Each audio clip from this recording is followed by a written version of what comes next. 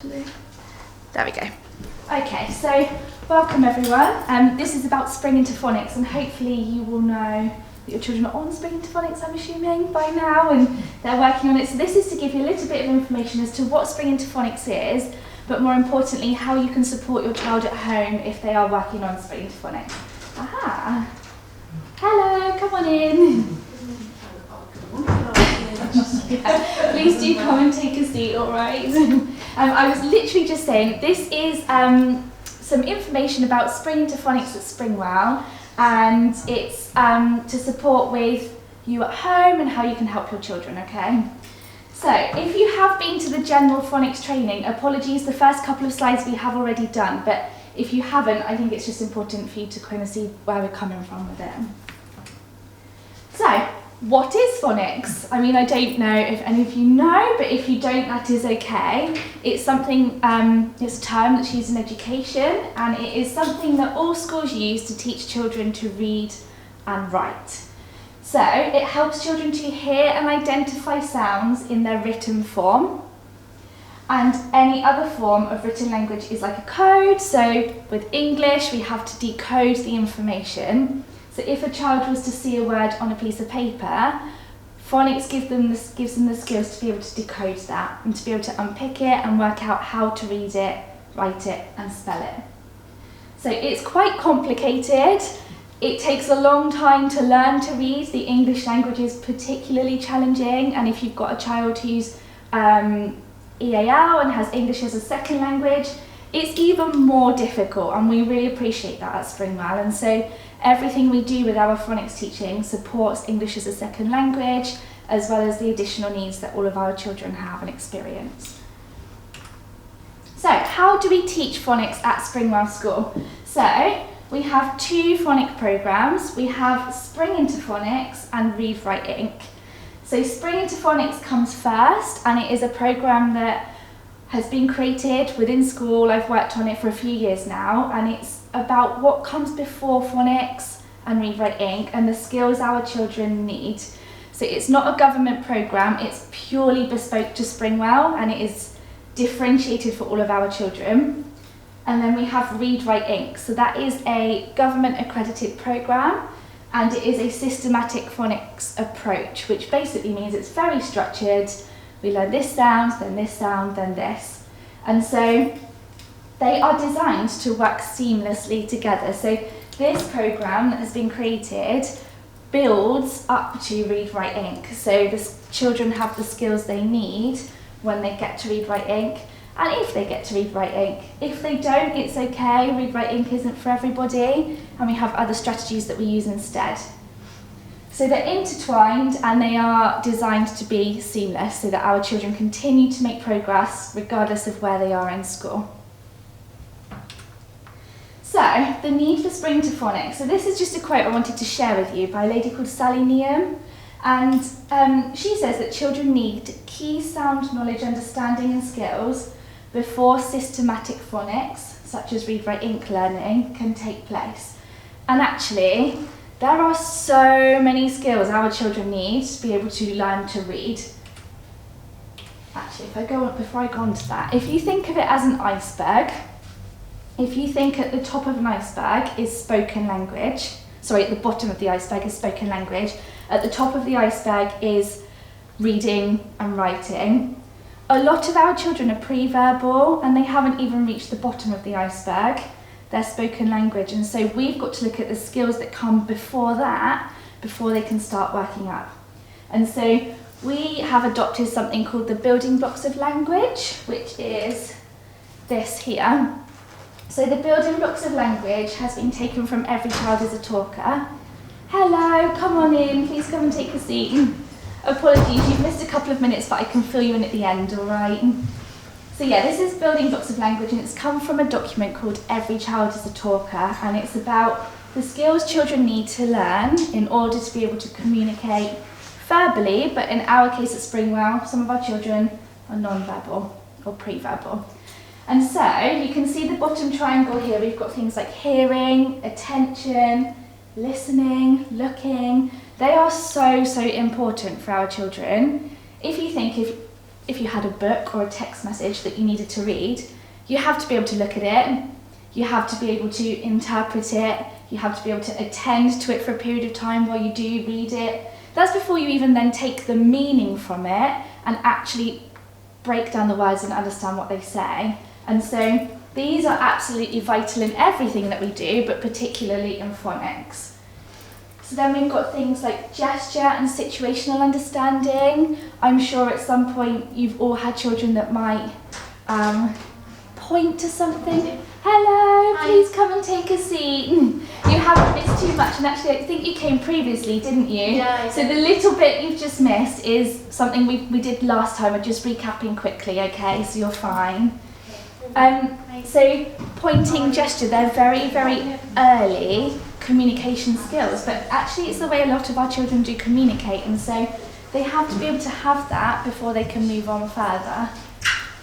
Then we have the top two triangles, so a verbal communicator and a pre-verbal communicator, or non-verbal. It says non-verbal there, but we tend to use the term pre-verbal now. Our children would work on either or, but sometimes they might work on both. They might have some words, they might have lots of words, they might use no words, and that is okay. We've adapted it to make sure it suits all of our children. And so, as we go through and I talk about the Spring to Phonic programme, you will see how these skills link in and why we teach what we do. Does anyone have any questions so far? No? Okay. So, physical development. You're probably thinking, what does that have to do with phonics? Why is that important for reading? Physical development is so important for everything we do. So, our children have to think about sitting, having control of their body, standing all of the time. And if you think when you're reading a book, you might choose to lay down, you might choose to sit in a comfy chair, you don't have to think about how you're sitting because you just naturally do it. But actually for a lot of our children, they aren't actually mind-free of their bodies. And that means that they have to think about their core, they have to think about holding themselves up. You probably all have children that slump, slump, slump. That's comfy for our children, and that's because they're not thinking about how to sit, but when they have to think about that, it takes a lot of brain power and it takes a lot of time, and so it's something that we really have to work on to develop our children's physical skills and their core before they can actually learn to read and write. So one thing that always, every time I say it, it still shocks me. A typically developing child of the age of 7 to 8 becomes mind-free of their body. So if you think of our children at Springwell, a lot of them developmentally are working before the ages of 7 to 8.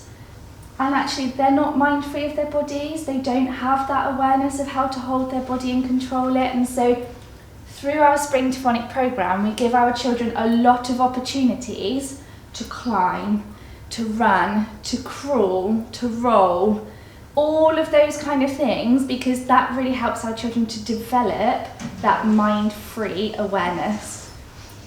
So things like practicing crossing the midline of the body. If you had a book, you cross to turn the page across the middle line of your body. That's actually quite a skill, and we probably don't even think we're doing it because it just becomes natural, but our children need to learn how to do that, moving from left to right. Crawling, climbing, sliding, like I say, is so vital, but also opportunities to develop the vestibular and proprioceptor senses. So vestibular is all about balance and being aware of how to hold yourself up, walk and balance, or if you're sitting, balance and keep yourself still.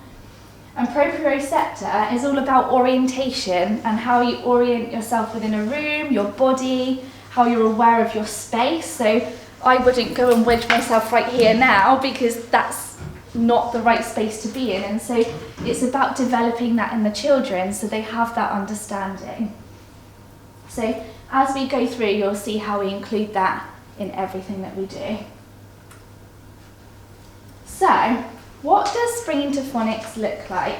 It has 3 different stages, and all of the children that work on the Spring to Phonic programme will fall onto one of these stages. So it starts with pre-phonics, then early phonics, and then phonics ready.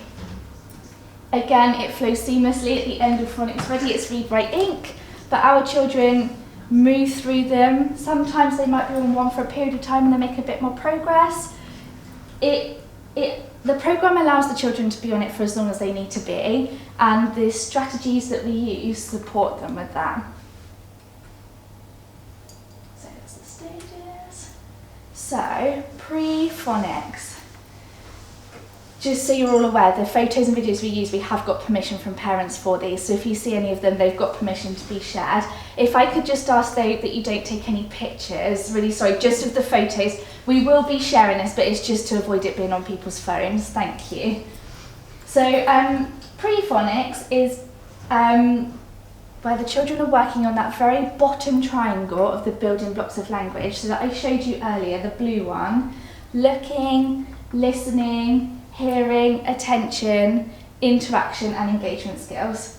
So some of the children might be starting to babble or use some sounds with intent. So if there's something they want, they might go, ah, ah, because they're trying to communicate they want that. If there's something they're not happy about, they might make a sound to tell you, I'm not happy. And I'm sure you as parents learn very quickly what those sounds mean for your child. And so it's very early communication, and that's what a lot of our children working on pre-phonics are doing.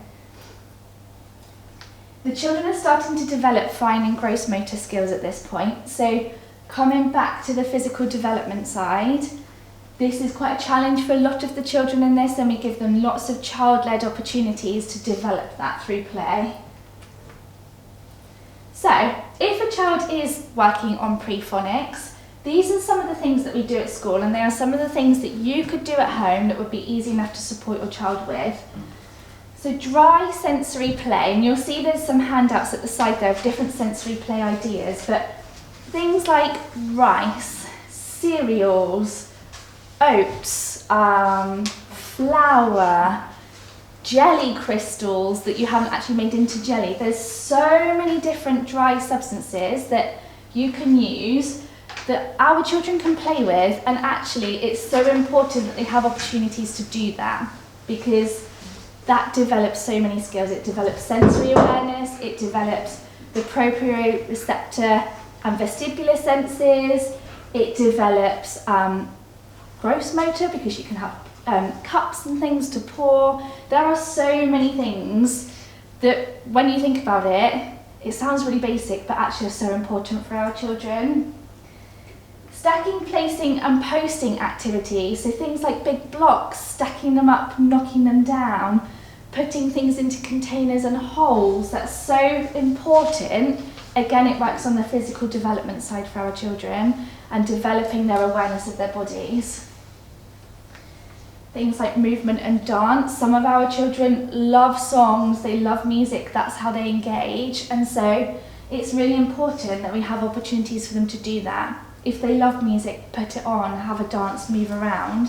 They might just wiggle their bodies, they might nod their head, they might just turn, but actually it's exposing them to different sounds, developing their hearing and their listening skills. Intensive interaction. So I'm going to go into intensive interaction and getting started a little bit more in a second, because they are fundamental in everything we do at Springwell. Everything we teach and all of our approaches encompass a level of intensive interaction in getting started, and so I will go into them in a bit more in a minute, because I think it would be really helpful for you to know how you could support your child with that at home. Wet sensory play. So I appreciate some of the children we have at Springwell and some of your children potentially in here don't like the feel of sensory things and they don't like wet materials, but it is about giving them the chance to explore them. They might choose not to touch it. That is absolutely okay, but you could still sit and play with them. And I know it seems a bit bizarre, but things like custard, jelly, shaving foam, corn flour, if you mix corn flour with water, it makes just a wonderful gloop that you can pour, drop, splat. If you haven't felt corn flour, I recommend you do. It feels wonderful on your hands. And actually for our children, that's so important, again, developing their sensory awareness. If they don't want to, that is okay, but giving them opportunities to is so important. It is okay to get messy, and I know it's really hard in your home environment, and every home's different, and I can't stand here and say do wet sensory play at home.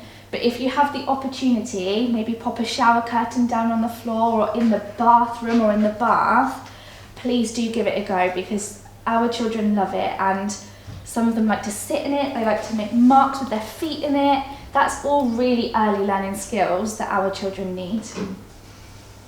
So things like fabric exploration, I know it sounds a bit bizarre, but things like waving a fabric up and down over our children's faces, hiding underneath it, coming up above it again.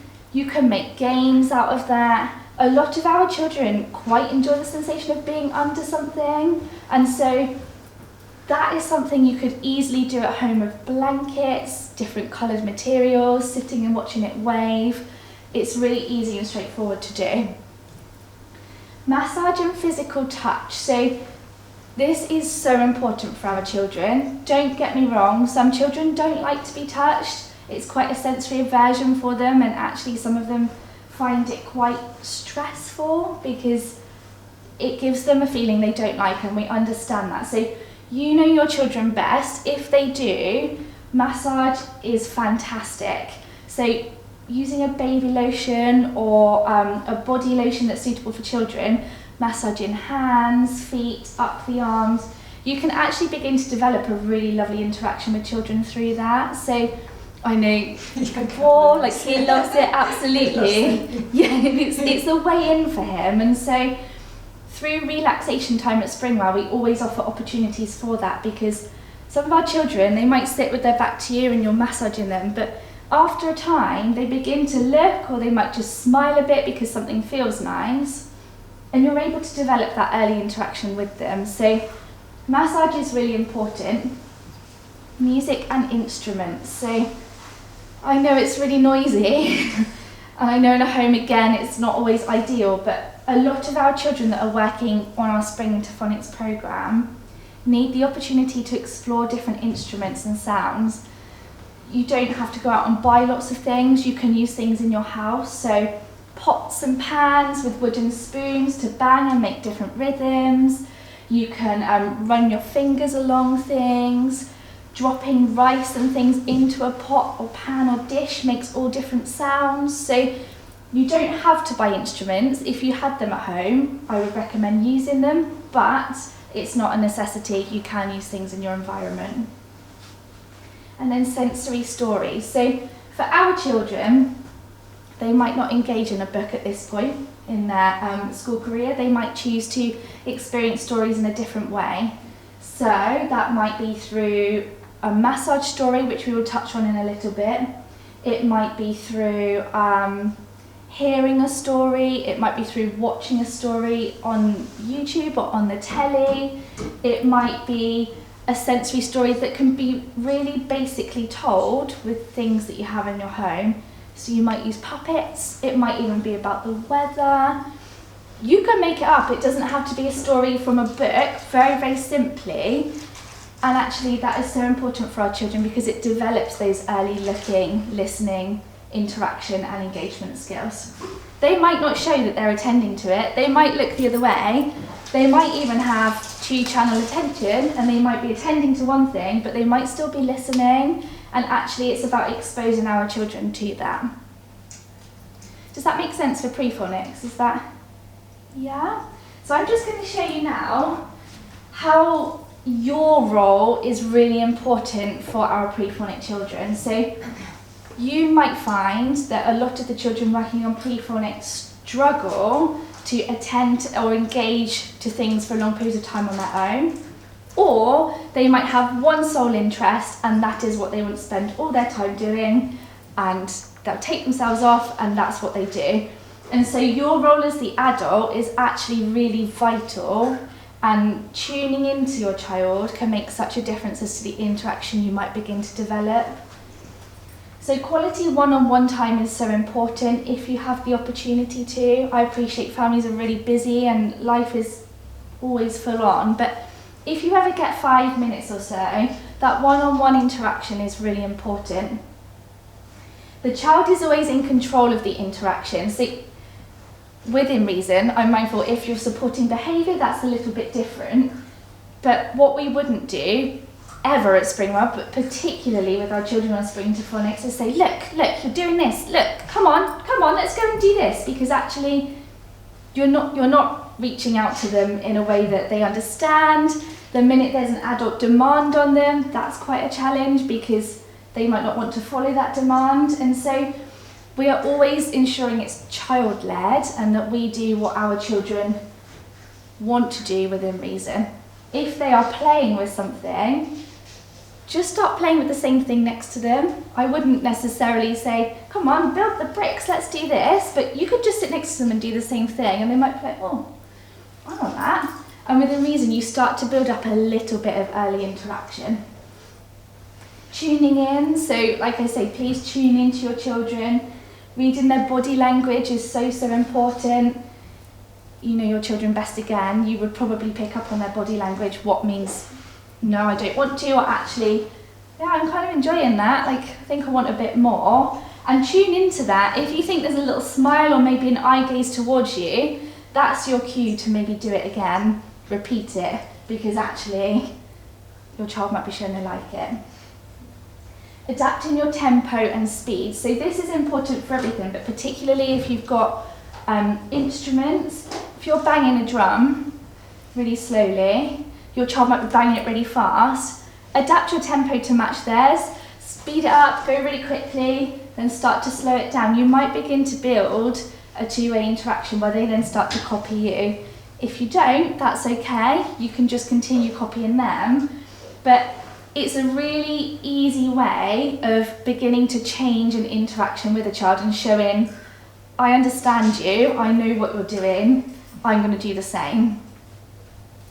Again, being responsive, imitating, copying and joining in. Use simple behaviour, and actually what this should say, and simple language if you use any at all. So it's really important to have opportunities for silence. We all talk a lot in day-to-day life, and it's not often we take a minute to just be silent, but our children really, really need some silence at different points in time. So if you are interacting them, don't think you have to speak all the time. You can just do it silently next to them for a little bit. Pausing and then mutual enjoyment. So if you are playing instruments, for example, just pause for a minute. What do? Do they stop too? If they do, you could wait for them to initiate play again and copy. If they don't stop, wait, and then change the tempo, and you might be able to get a little bit of response from them that then you can tune in with and move forward with. And mutual enjoyment. It's so important to have fun with your children. So our children learn through play, they learn through sensory exploration, and so if they see you're having fun, they're more likely to enjoy it too. So I just wanted to show you a couple of examples of what intensive interaction is. So like I say, intense interaction underpins everything we do at Springwell. We use it in all of our approaches, and it's a really simple thing that you can do every single day.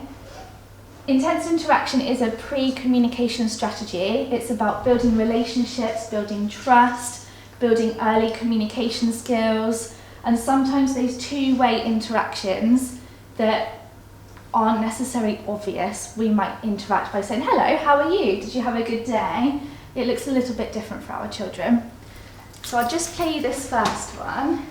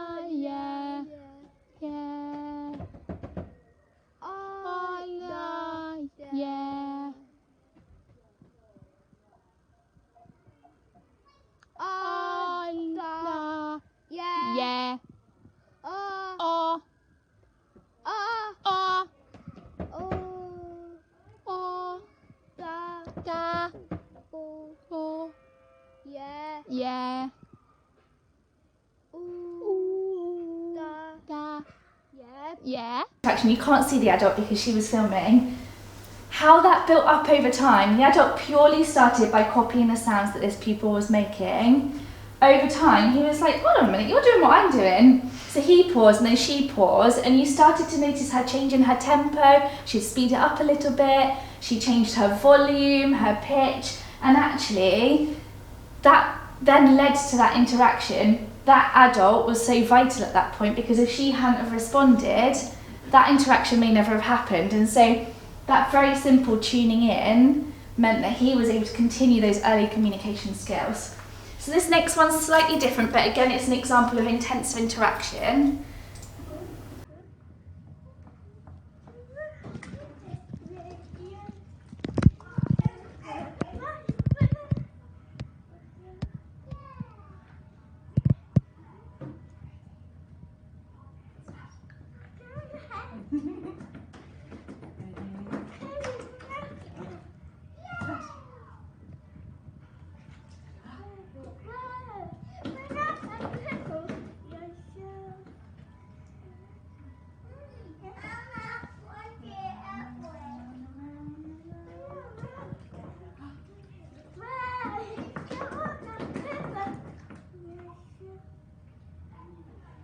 A snippet, but you can see the interaction builds over time again, but it's very simple. On a water tray, the adult's not using language, they're not saying, look, do this, do that. She's purely watched the child who likes flicking the water and started to copy.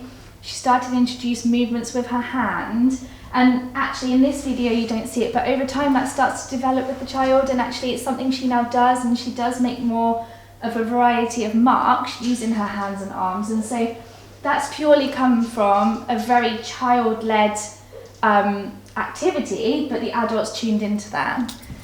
So this final one is using an instrument.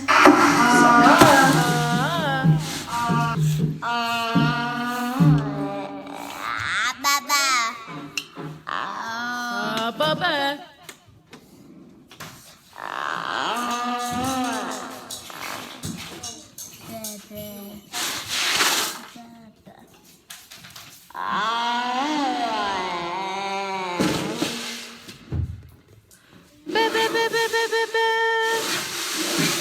Millie's turn.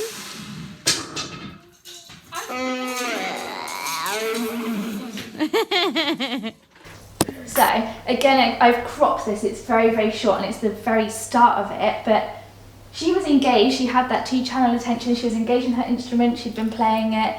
The teacher just made a sound that copied Amelia's, and then over time they built it up, and so that's so important, and again it just shows how simple and easy that can be.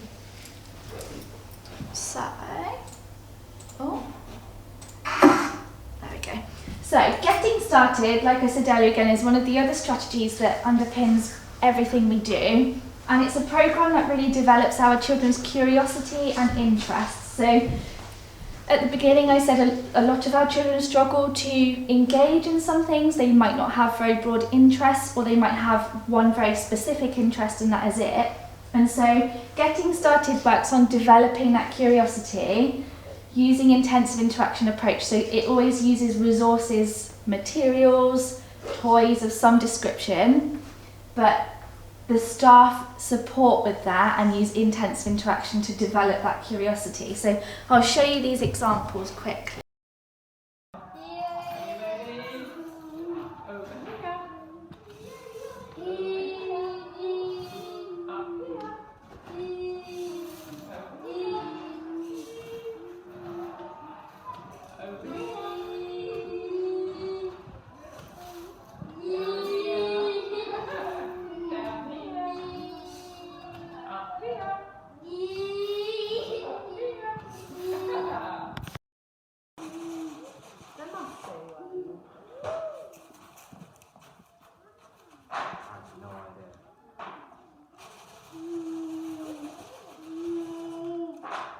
Some sense, it makes sense. Yeah. But what's the sound of soul? So that doesn't make sense. It's like, I know, that will make sense. Yeah. That's book. That makes sense. That's cooking, that makes sense. Car, that makes sense. And then there's like the schools, that doesn't make sense. Wahnsinn.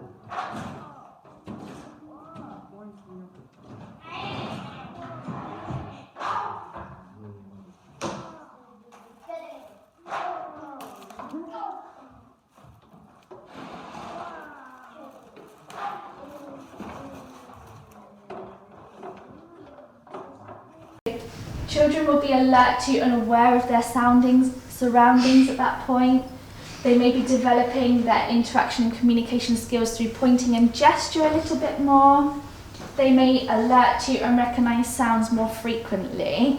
And so they're really building on those early skills. They continue to use getting started, intense interaction, but develop their interactions a little bit further. So for these children, fine motor activities are still really important. Things like pegs, tweezers, posting into pots, picking things up, because in future if our child was going to write or turn a page, they have to be able to use their fingers in a fine motor way. Mark making is so important for all of our children. That sensory exploration is something that all of our children need, and they learn through getting started to start with how to make marks, and they then develop that further. Copying and imitating sounds, so like you've seen in intense interaction, that's still really important at this point for all of our children. Physical development, again, that's still vital. All the strategies we spoke about previously, if your child is working on early phonics, you still need to do them, because actually they need to develop their awareness of their body, their core and their control. Alphabet and letter sounds. So at this point we wouldn't directly teach the alphabet, or we wouldn't directly teach letter sounds. Some children might have a very small interest in them. They might like to line them up. They might like to use them in their play. So we would just model it to them. And when I say model, I mean we might just say, oh, A, B, B. We wouldn't be teaching them at that point, but just exposing them to the language and the sounds. Rhymes and songs, again, are really, really important. Nursery rhymes. Some of our children love nursery rhymes. They might want the same nursery rhyme sung to them over and over again, but that is okay, because it's exposure to language, rhythm and rhyme, and they are all very early phonics skills. Imaginary play and role play. So some of our children love imaginary play and role play. Some of them find that a real challenge because of their additional needs. But if it is something our children enjoy, it might be feeding a baby, it might be pretending to make a slice of toast in a play kitchen. At this point, it's really good to encourage that, and some of our children working on early phonics start to develop that play awareness. Exploring sounds in the environment. So things like weather, transport, animals, they're all sounds that we hear. Now you might have just had the kettle boil, or you might hear a plane go over. We hear them and quite often tune out, but actually for our children working on phonics at this point, it's really important that we support them to tune into those sounds, identify what they're hearing, because that is early phonics skills. So things like an ambulance going by, we're like, wow, what's that sound? It's an ambulance. It's exposing them to vocabulary and language, but also helping them to hear and listen to sounds, which eventually over time we'd like to hope they might do with letter sounds.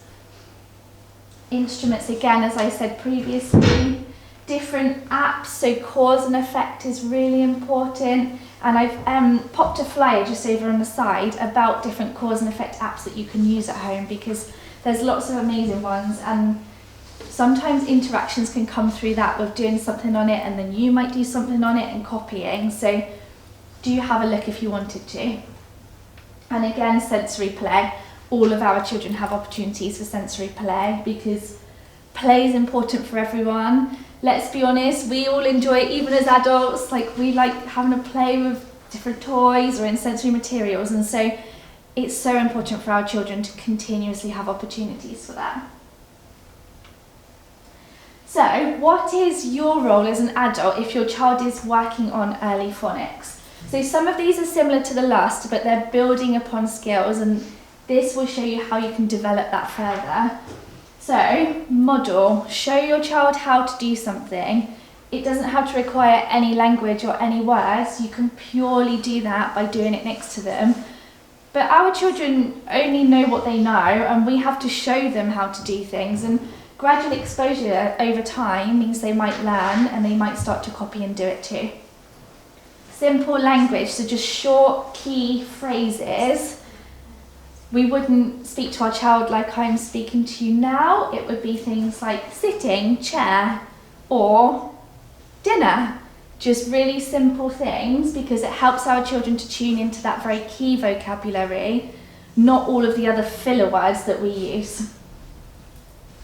Again, your child is always in control of the interaction. So like I said earlier, we wouldn't direct them to do something, because at that point you probably lose them and they'll be like, no thank you.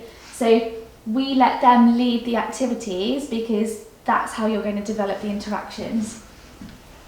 Take advantage of your child's interests. It's really important. It might be something really, really small and specific, but if that's something they're interested in, it is a way into your child, and it's something that you can do and use to develop their curiosity and things further. Adapting your tempo and speed, imitating, copying, again, as I said earlier, reading to your child. So that could be purely you sitting next to your child or a bit further away and just reading a story. They might not look, they might not show they're listening, they might be doing something else, but they could be. And actually exposure to language and books is really, really important. If we're going to teach our children to read in future, they have to have some interest in literature to begin with, because there's no motivation otherwise. And so if they start to learn that stories are enjoyable, over time they may want to have the desire to learn to read. Have fun and play. So that is so important. As I said earlier, we all need play, and it's such a vital skill for our children. Does anyone have any questions before I go into the last area? No? Okay, so the final stage of Spring to Phonics is Phonics Ready. And when I showed you the building blocks of language earlier, it's those top two triangles that our children are working on. So at this point, they're developing a level of communication and conversational skills with someone. So that could be verbally, it could be with Makaton, it could be using pictures and exchanging them. But at that point, they've got a level of understanding of conversational skills. So they would be working on the skills they've developed through pre and early phonics, but then extending them further. And at this point, we start to introduce a little bit more letters and sounds to our children. We don't teach them to read at this point. It's purely through play-based activities. So you can see matching letters onto a picture. That doesn't require the child to be able to spell. It doesn't require the child to be able to read. That could purely be as simple as that child recognises that that C, that letter shape, fits in that hole. But it's early skills to read in. Here you can see through a play activity, this particular pupil really enjoyed cooking. Obviously we couldn't put letters into food because it wasn't an option. So we thought outside the box and we put letters onto play food, and he loved it. And actually he started to develop his awareness of those sounds in his play. So pupils might have a bit more of an interest at this point, and because they do, we can then expand the activities they're doing a little bit more. So you'll see some of the consistent ones on here, the sensory play, fine motor, physical development activities, because like I said at the beginning, they underpin everything. But there's also some new ones, so beginning to develop writing skills. We don't expect our children to be able to write. Writing can look very different for all of them. It might be pen on paper, it could be typing on a computer or an iPad. That's writing, because writing is communicating in a written form. And so typically you think of writing with a pen, but it doesn't have to be, and so we give our children opportunities to do that. Alphabet activities, so you can see this particular pupil, he's got ice shapes and he's just matching them onto the shape. Again, he just enjoyed lining them up, but an adult at that point would have been saying the sounds, exposing him to the sounds. So although he's not directly learning to read or learning his sounds, he's developing a bit of an awareness of them. Different apps and drawing apps, play. So because our children that work on Phonics Ready have got a bit more interaction and communication understanding, they also have a bit more of an awareness of how to play. And so at this point we introduce games like hide and seek, what's the time, Mr. Wolf, that might involve other people, because it's working on things like turn taking, listening, hearing, attention. All of those things a child has to be able to do before they can learn to read and write, and so we start to develop their opportunities for that. Oral blending, so sounding out words. It might be toys, it might be clothes, but sounding them out during the day as we say them. So it might seem a bit weird, but our children, to be able to learn to read, have to be able to hear individual sounds within a word. So it might be something like get your at, get your at, hat. You would then tell them the word, but just pausing and allowing them to process those sounds means that they're hearing a word broken down, which in future, when they come to read or spell that, is easier because they're able to understand individual sounds within a word.